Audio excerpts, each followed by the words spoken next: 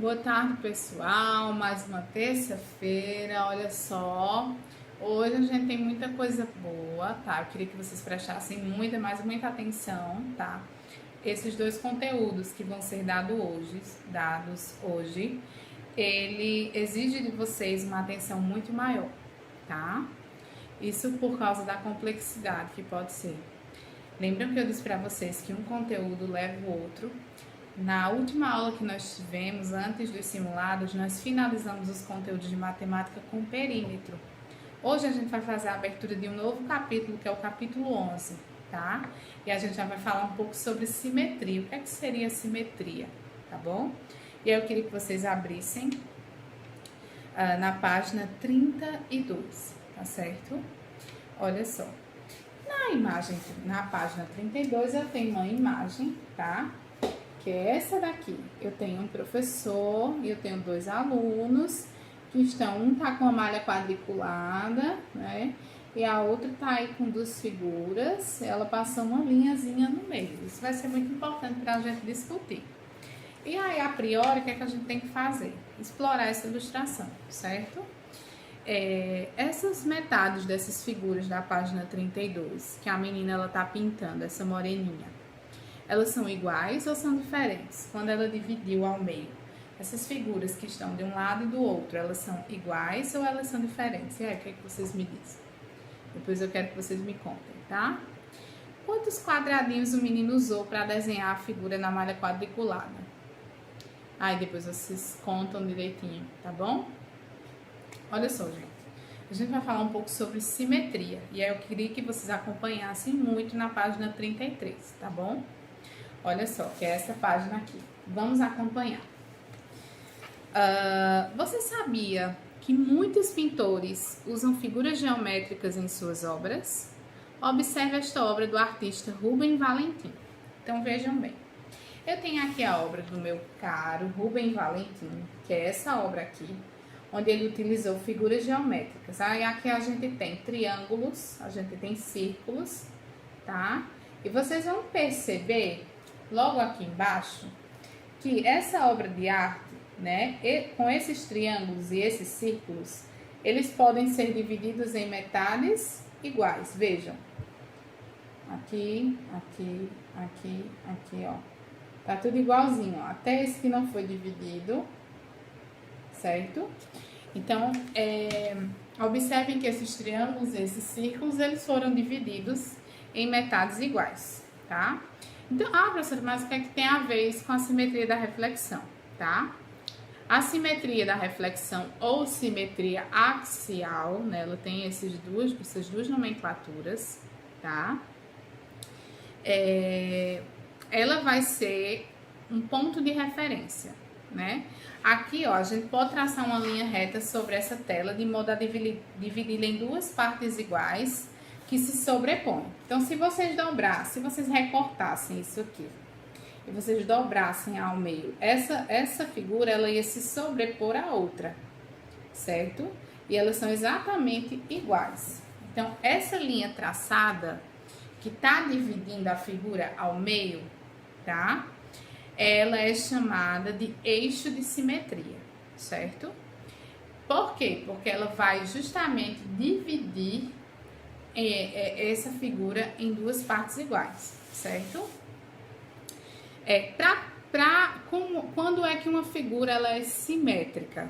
Quando eu posso sobrepor essa figura, né? Se vocês dobrassem ao meio, elas iam se sobrepor a outro, um lado ia se sobrepor ao outro de forma igualitária, tá? Então, para uma figura ser simétrica, a sobreposição, né, que é pôr-se em cima ou por cima de colocar-se sobre, tá? Ela deve ocorrer de modo que todos os pontos da figura elas coincidam. Então, se vocês dobrassem essa figura que eu mostrei para vocês ao meio, vocês iam ver que todos os lados, todas as figuras elas iam coincidir, certo? O conceito de simetria, gente, envolve a ideia de figuras iguais, né, em posições localizadas opostas em relação a um referencial. O referencial é o eixo da simetria. Então, essa linha que eu passei ao meio é chamada de eixo da simetria. Página 34. Essa da 34 é super interessante, porque ela traz uma explicação bem massa, tá? Só que antes de eu explicar para vocês, eu vou deixar algumas considerações, tá? A simetria, gente, ela está presente no nosso dia a dia, ela está presente na natureza, tá? E a gente acaba não percebendo. Por exemplo, nas asas da borboleta, né? Ou numa simples folha de árvore. Se eu tivesse uma folha, eu ia mostrar para vocês. Numa folha a gente não tem uma linhazinha imaginária, às vezes, no meio. Aquela linha eu posso chamar de eixo de simetria, de um referencial. E ela tem dois lados iguais, de um lado e do outro. Uma borboleta também, né? Se eu dividir ela ao meio, eu vou ter exatamente dois lados iguais, certo? Então, o estudo da simetria para o quarto ano é justamente para que vocês possam perceber isso no dia a dia de vocês, tá? Para que vocês possam também apreciar as cores, enfim, apesar dessas cores não interferirem na questão da simetria, mas isso é muito, mas muito importante mesmo, tá? Então, vocês precisam observar essa beleza, essa perfeição, né? Que Deus nos deu, porque tudo isso é divino, tá? Desde, gente, os pré-egípcios, o homem, ele vem observando, ele vem analisando, ele vem procurando aplicar a simetria na construção dos seus templos, na construção das suas casas, na construção de esculturas e em outras realizações artísticas, tá? E aí eu queria mostrar para vocês, ó. Queria que vocês observassem essas figuras aqui da página 34. É super importante. Eu tenho aqui, ó, essa e essa, tá? E eu vou explicando para vocês. Observe estas figuras representadas em malhas quadriculadas. Eu tenho a figura A e eu tenho a figura B. Vejam que na figura A, o meu referencial, o meu ponto, o meu eixo de simetria, ele está passado logo no meio da figura. E aqui não, né? Aqui ele está fora da figura, certo? Então, todas as duas são simétricas. O eixo de simetria, ele pode estar sobre a figura, como nessa letra A, tá? Ou fora dela, como é o caso da malha B. Se a gente dobrar as malhas A e B sobre esse eixo de simetria, se a gente dobrar a partir dessa linha, a partir desse referencial, todos os pontos da figura, eles estão do lado direito do eixo. Todas as figuras que estão do lado direito do eixo, elas vão coincidir, tá? Com os pontos da figura que estão do lado esquerdo. Se vocês dobrarem, vocês vão ver que vai coincidir, ela vai se sobrepor. Agora, observem essa figura aqui, ó. Eu tenho duas setas e aqui eu tenho o meu referencial, certo? Essas setas, elas são sim simétricas, tá? Observem que a forma dela, o tamanho dela são iguais, porém elas estão em direções opostas, né? Uma tá do lado esquerdo e outra tá do lado direito, tá? Então elas estão opostas com relação ao eixo de simetria, tá? Então a gente pode dizer que esse eixo, gente, esse referencial, ele funciona como um espelho que vai refletir a imagem, tá bom? Com relação a isso, vocês vão realizar algumas atividades que eu vou estar explicando para vocês lá no privado. Pessoal, é basicamente isso. Um grande beijo. E as dúvidas, eu estou aqui para sanar, se vocês me procurarem. Tchau, tchau. Olha só, pessoal. Então, como eu havia dito para vocês, né? O conceito de simetria, ele envolve a ideia de figuras iguais em posições diferentes, né? Em posições localizadas ao posto de forma oposta, em relação a um referencial, né, considerando como eixo da simetria. Então, eu tenho aqui uma borboleta e uma folha, né? Ela tem lados iguais que estão opostos, né?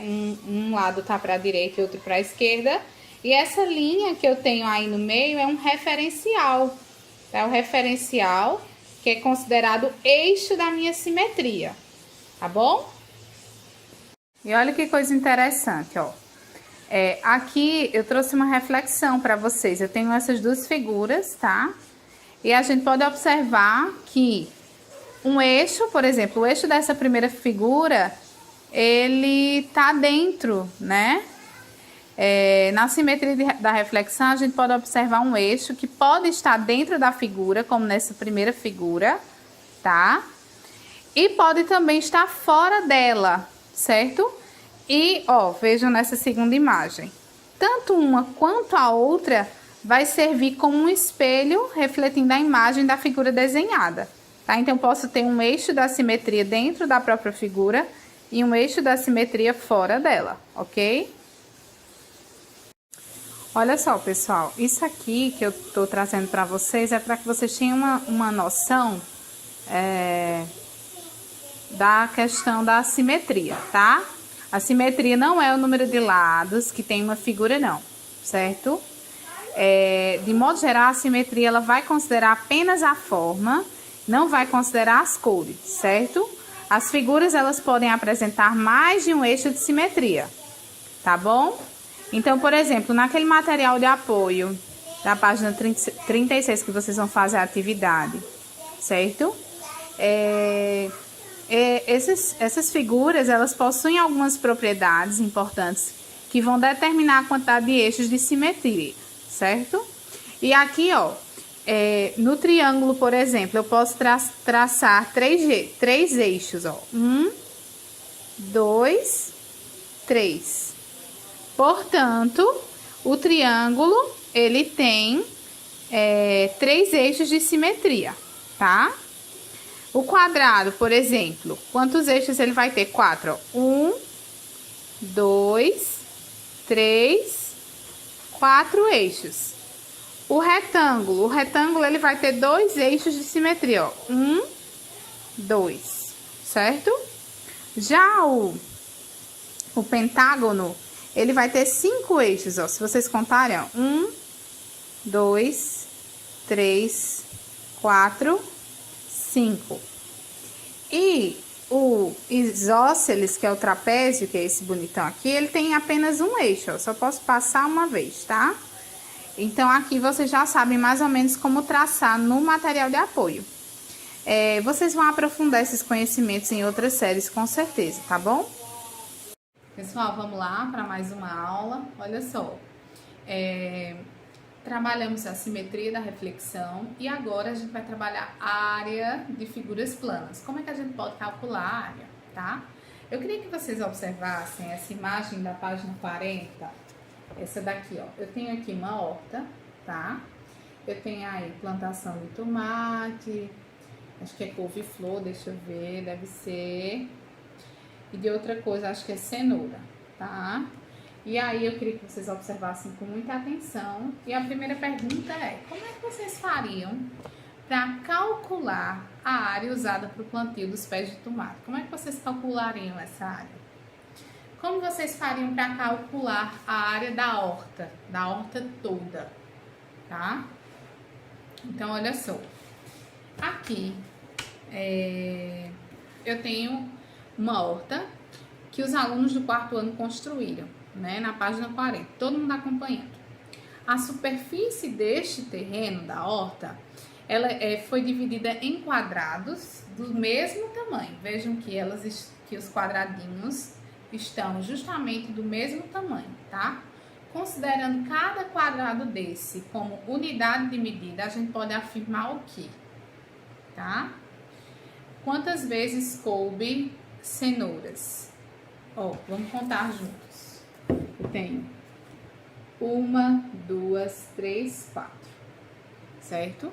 Então, coube 4 vezes nessa superfície, ou seja, a área da horta em que as cenouras foram plantadas é igual a 4 quadrados, tá? Coube 8 vezes nessa superfície, ou seja, na área da horta em que os pés de alface foram plantados é igual a 8 quadrados, ó. 1, 2, 3, 4, 5, 6, 7 e 8. Coube 12 vezes nessa superfície, ou seja, na área da horta em que os tomates foram plantados é igual a 12 quadrados. Então, ó, 1, 2, 3, 4, 5, 6, 6 mais 6, 12, tá? Então, cada quadradinho desse é uma unidade de medida, certo? E aí eu posso ter uma noção da minha área total. A área total ocupada pela horta ela é igual a 24 quadrados. Eu posso fazer essa contagem de duas maneiras distintas. Eu posso simplesmente contar os quadradinhos, né, até dar os 24, que é o que a maioria de vocês fazem. Mas Eu acho mais interessante, gente, que vocês multiplicassem a quantidade de quadradinhos da largura, ó, usando a ideia de organização retangular da multiplicação. Eu poderia multiplicar essa quantidade por esta, que também daria a mesma coisa, certo? No caso, 1, 2, 3, 4, 5, 6. 1, 2, 3, 4. 6 vezes 4, que vai dar 24. Vocês estão entendendo o que eu tô querendo dizer, ó? Vocês multiplicariam a largura, como a gente já aprendeu em outras aulas, ó. 1, 2, 3, 4, 5, 6. 6 vezes 1, 2, 3, 4. 6 vezes 4, 24. Então, 24 corresponde à área total desta horta, certo? Não tem muito o que fazer. Agora, vejam que, quando vocês estiverem realizando a atividade, vocês precisam ter cuidado, porque vai cair outros conteúdos que nós estudamos, como os polígonos, tá? Na aula anterior, na simetria, caiu sobre perímetro. Aqui também vai cair perímetro, ó. Quando vocês estiverem fazendo essa atividade aqui, vai cair sobre perímetro. Então, vocês precisam ativar os conhecimentos de vocês com relação ao que a gente também já aprendeu. Tenham bastante cuidado, tá bom? Eu vou deixar todas as orientações e alguns áudios para vocês lá na nossa sala de aula virtual. Um beijo agora definitivamente, né? Tchau, tchau, gente!